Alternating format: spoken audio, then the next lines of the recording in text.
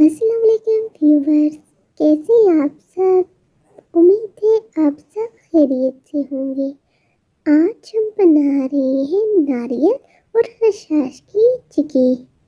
तो ये कैसे बनती है, चलिए रेसिपी की तरफ। सबसे पहले हम पैन को रखेंगे चूल्हे पे और फ्लेम को ऑन करेंगे। इसमें हम डालेंगे 1 कप चीनी। मेरे पास क्योंकि ये हाफ कप वाला मेजरमेंट है तो मैं इसे 2 दफ़ा डाल लूँगी। अब हम आंच को लो करेंगे और चीनी को मेल्ट करेंगे।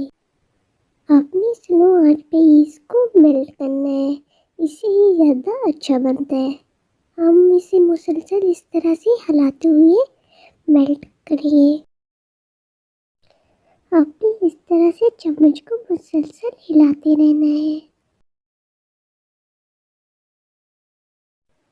2 मिनट बाद आप देखिए, अब चीनी मेल्ट होना स्टार्ट हो गई है।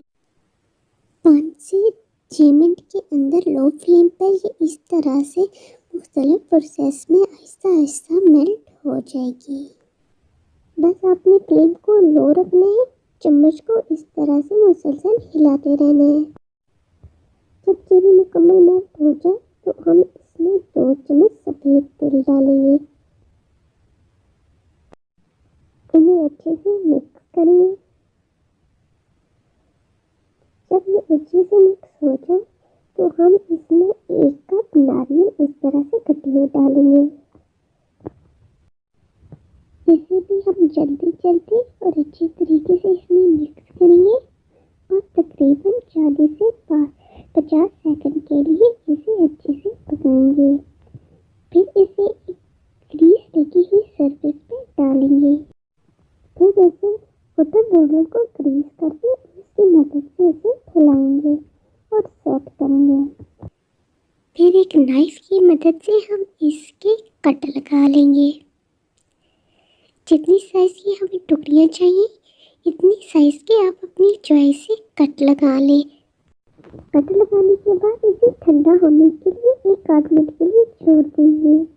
लीजिए नज़रीन, हमारी आज की डिश नारियल और खसखस की चिक्की तैयार है। आपको हमारी आज की डिश कैसी लगी हमें अपनी कीमती आरा से ज़रूर आगाह कीजिएगा।